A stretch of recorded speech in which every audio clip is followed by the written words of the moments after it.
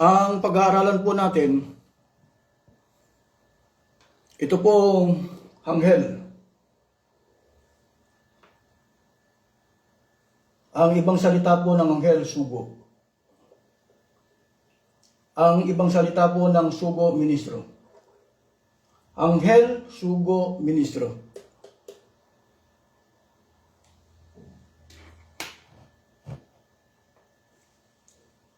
Subalit ito pong sugo sa Iglesia ni Manalo, nilagyan po nila ng termino dito po. Huling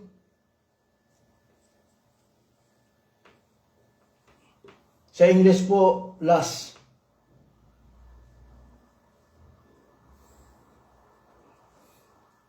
Ito po. Ito po ang ating pag-aaralan para maintindihan ng iba. Sa Iglesia ni Manalo, meron po siyang eskwelahan kung tawagin. New Era University, ang isa sa mga kurso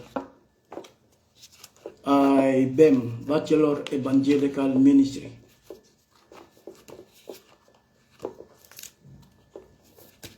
Subalit, ang pag-aaral po diyan sa pagka-ministro, hindi ka na pwedeng mag-aral, hindi ka na pwedeng maging ministro ng Diyos. Kahit anong gawin mong pag-aaral, kahit na yung eskwelahan, kahit libre po ang pag-aaral, ay hindi ka na pwedeng maging ministro ng Diyos. Kahit anong gawin mo. Ngayon, saan ko po nakuha o saan nila napulot yung salitang anghel? Batay sa pagtuturo ng Iglesia ni Manalo, anghel daw. Babasahin ko po sa inyo yung Apocalypse 7:2, paborito ng Iglesia ni Manalo. Apocalypse 7:2, pakinggan ninyo kung anong nakasulat dito.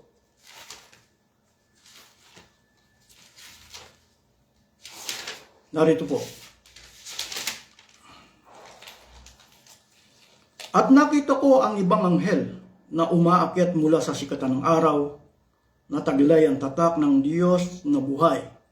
At siya'y sumigaw ng tinig ng malakas sa apat na anghel na pinagkalooban, may pahamak ang lupa at ang dagat, na nagsasabi, huwag ninyong ipahamak ang lupa, kahit ang dagat, kahit ang mga punong kahoy, hanggang sa aming matatakan sa kanilang noo ang mga alipin ng ating Diyos. Dito po meron pong umaakyat na isang anghel.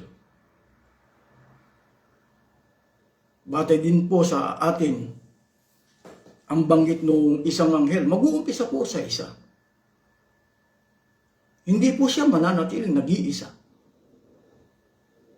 Bakit ko mapapatunayan? Muli kong babasahin ng 2:3.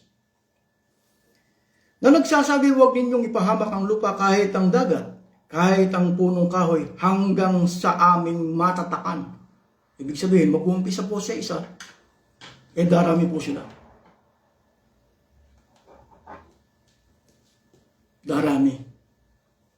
Kapag ka po darami, hindi po mananatiling nag-iisa yung paano po yung pagtatatak? Babasahin ko po sa inyo ang aklat po ng Efeso. Pakinggan po ninyo kung paano po yung pagtatatak. Efeso, Kapitulo 1. Efeso, Kapitulo 1, talatang 13-14. Nasa kanya kayo rin naman, pagkarinig ng aral ng katotohanan ng Ebanghelyo na inyong kaligtasan. Nasa kanya rin naman, mula nang kayo'y magsisampalataya, ay kayo'y tinatakan ng Espiritu Santo na ipinangako na siyang patutuon ng ating mana hanggang sa ikatutubos ng sariling pag-aari ng Diyos sa ikapupuri ng kanyang kalwalhatian. Paano po yung pagtatatak? Sa pamagitan po ng pagtuturo ng Ebanghelyo. Ilan yung magtatatak? Amin. Kaya yung anghel na mag-uumpisa po sa isa. Darami sila.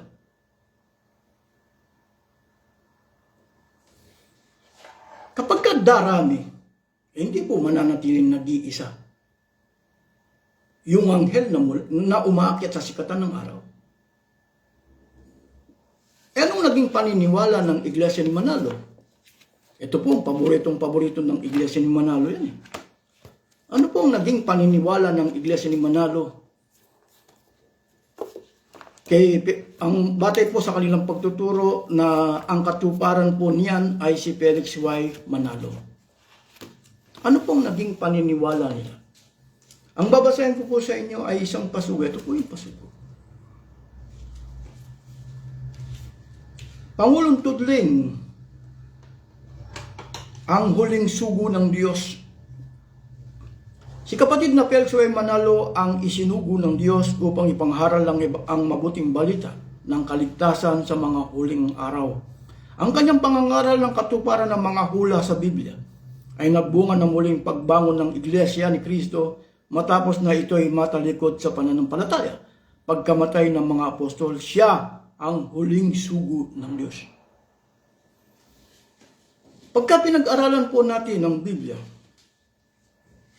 tama po ba na si Felix Y. Manalo ay kilalaning huling sugo? Hindi po.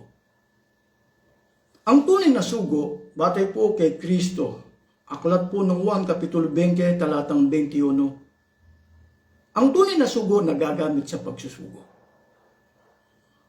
Hindi po nananatiling nag-iisa.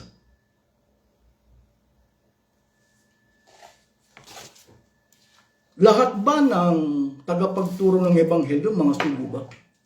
Batay po sa pagtuturo sa 2 Korinto, Kapitulo 5, talatang 20, pakinggan ninyo. Batay sa pagtuturo ni Apostol Pablo. 5:20. Kami nga ay mga sugo sa pangalan ni Kristo. Dito po, lahat ng tagapagturo sa loob ng tunay na Iglesia ni Kristo, mga sugo. Sa Iglesia ni Manalo, ang huling sugo nila ay si Felix Y. Manalo. Kailan namatay ang huling sugo nila? Noong 1960. Sa Makatwid, pagkamatay ni Felix Y. Manalo, wala nang magpapakilalang sugo sa kanila. Kaya kapag meron pong magpapakilalang sugo sa kanila, papatay nila ang kanilang paniniwala na si Felix Y. Manalo huling sugo ng Diyos. Naiintindihan po ninyo. Batay po sa Apocalypse, amin, napakarami nila. Wala bang nakasama si Felix Y. Manalo sa pagtuturo? Manapa, marami silang naturuan. Kaya kumalat pa nga sa buong Pilipinas yan. Sa Makatwid, si Felix Y. Manalo, hindi siya nanatiling nag-iisa. Pero bakit siya kinilalang huling sugo? Naging sakit? Kaya ako, pagka nakikipagtanungan, lalo na sa Iglesia ni Manalo, ituro mo nga yung 5:20 ng 2 Korinto. Kami nga ay mga, sumakay ka nga.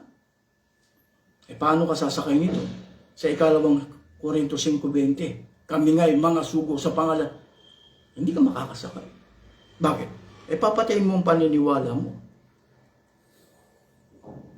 Ang ibang salita po ng huling sugo, ito po, mismo sila. Felix Y. Manalo, the last of God's messenger.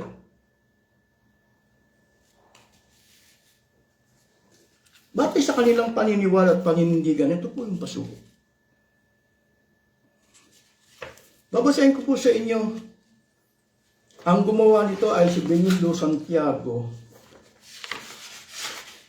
Ang title po, The Only Authorized Preachers of God's Words, last of two parts, by Benigno C. Santiago. Kailan ba ginawa ang pasugong ito? Dito po, ang ginawa ito noong December 2005, volume 57, number 12.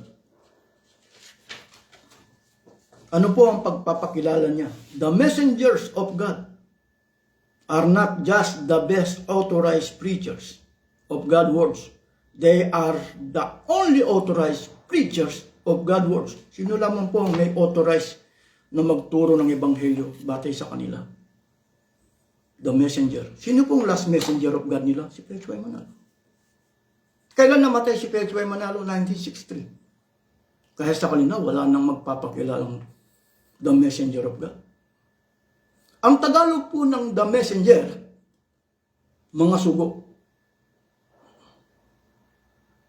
Sa iglesia ni Manalo po ba, meron po bang magpapakilalang mga sugo? Kaya ba nilang sumakay sa 2 Korinto 5:20? Kayo po ang matol. Sa makatwid, yung kumikilala kay Felix Y. Manalo na huling sugo, the last messenger of God, hindi siya pwedeng magpakilalang sugo. Ang tanong ni Pablo, Roma, Kapitulo 10, talatang 14-15, paano sila magsisipangaral kung hindi sila sinugo? Ang tunay na sugo na gagamit sa pagsusugo. Kaya lahat ng tagapagturo sa loob ng tunay na iglesia ni Cristo, magpapakilalang mga sugo. Sa iglesia ni Manalo, ang huling sugo nila ay si Felix Y. Manalo. Kung ang ibang salita po, ito po. Ito na po. Anghel, sugo, ministro. Kasi po, sa iglesia ni Manalo, ang akala nila na yung terminong sugo at saka yung terminong ministro magkaiba. Kaya kahit na ipakilala nila na si Felix Y. Manalo huling sugo, walang problema. Kasi meron naman daw pong ministro. Di ba ang unang binasa kong talata ay Apocalypse 7:2? Yung bang umaakyat sa sikatan ng araw? Ano siya? Babasahin ko sa inyo, ito po yung pasugo. Batay sa pagtuturong ito,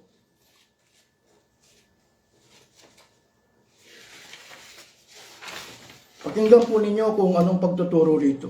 Pasugo, March 2002, Volume 54, number 3. Sino sumulat kaya nito? Kaya po ako nagbabasa nito para kahit papaano maunawaan ninyo. Hindi po tayo nagsasalita ng mula sa ating sarili. Mas maganda basahin ko na po. March 2002, page 23. Ang ibang anghel na inuhulaan sa Apocalypse 7:2 ay tao sa likas na kalagayan. Siya ay tao, ministro ng ebanghelyo, sapagkat ang gawain niya ay pagtatatak. Sino po ang umaamin na yung umaakyat sa sikatan ng araw na anghel ay sugo? Sino pong nagtuturo na yun ay ministro? Sandali. Si Felix Y. Manalo, kapag kinilala mo siyang huling sugo, kikilalanin mo siya na huling ministro ng Diyos. Si Felix Y. Manalo, wala ba siyang nakasamang mga ministro? Tama ba na kilalanin siya ay na huling ministro ng Diyos? Hindi.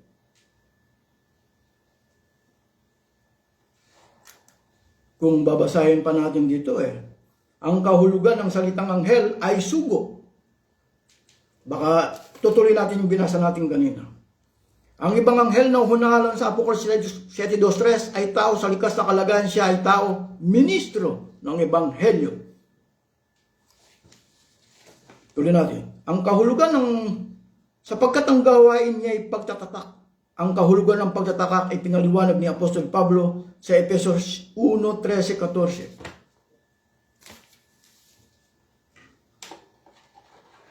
Ilan yung magtatatak? Kasi po dapat sa iglesia ni Manalo, hindi nila dineclare. Problema, nagiging sakim si Felix Y. Manalo. Kaya nung ideklara nila na si Felix Y. Manalo huling sugo ng Diyos, paano ka magpapakilalang sugo?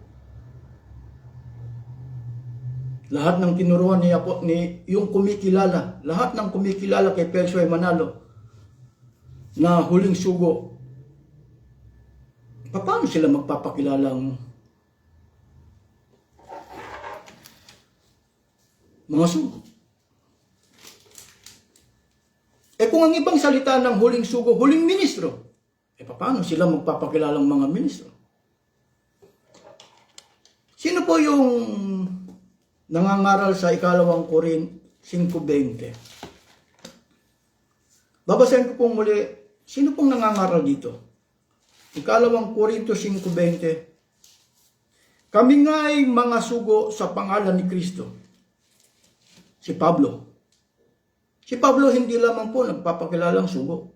Siya pa ay apostol. Ibig sabihin, apostol, sugo, nagkaroon ba ng dalawang tungkulin? Hindi. Si Pablo ba, hindi ba siya nagpakilalang ministro? Nagpakilala. Saan mababasa? Babasahin ko po sa inyo, Colosas, Kapitulo 1, talatang 25. Na ako'y ginawang ministro nito, ayon sa pamamahala na mula sa Diyos na ibinigay sa akin para sa inyo, upang may pahayag ang salita ng Diyos. Si Pablo, apostol na, sugo, ministro. Nagkaroon ba ng tatlong tungkulin? Kaya sa iglesia ni Manalo, naligaw sila. Ang akala nila, iba yung terminong huling sugo ng Diyos na pinatutungkol nila kay Pelsuay Manalo sa terminong huling ministro ng Diyos. Kaya ako, pagka naghahamon ako ng debate, ang pinopront ko sa kanila, o sinong handang magpakilala na si Pelsuay Manalo, huling sugo ng Diyos. Paano ka magpapakilala ng huling sugo ng Diyos? Sa ikalawang Korinto 5:20, kami nga ay mga sugo sa pangalan ni Kristo. Kaya sa loob ng iglesia ni Manalo, yun ang kasakiman ng mga Manalo. Pati sa tungkulin sakim.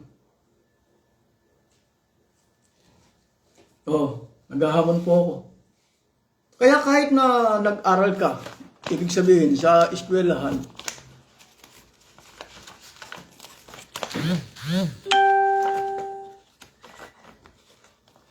kasi akala po ng iba na kung nag-aral sila sa eskwelahan na itinatag ni Manalo na Ben Bachelor Evangelical Ministry, magiging ministro na sila ng Diyos. Hindi po. Hindi kayo pwedeng maging ministro ng Diyos. Kahit hindi po kayo sisingilin ng bayad o tuition fee. Ito po yung Evangelical College, College of Evangelical Ministry in Manalo. Kahit turuan po kayo rito ng libre. Dahil ang huling ministro ng Diyos nila na ipinakikilala ay si Pelsuay Manalo. Kailan namatay yun? Paano makakapagturo yung huling ministro ng Diyos nyo? Kung patay na. Kayo po. Paano makakapagturo? Si Pelsuay Manalo ba naging sakit? Hindi ba niya naibigay? Wala ba siyang tinuruan? Bakit siya kinilala na huling sugo ng Diyos? O huling ministro ng Diyos? Isa sa mga dahilan kung bakit ang ikatlong bahagi ng Iglesia ni Cristo ay tumalikod, naging Iglesia ni Manalo. Dapat pa nga silang magpasalamat kung ang tawag ko sa kanila ay Iglesia ni Manalo. Dapat iglesia ng demonyo. Dahil labag na sa Biblia ang kanilang itinuturo. Ito po ang aking naipaksa. Marami pong salamat sa inyong lahat.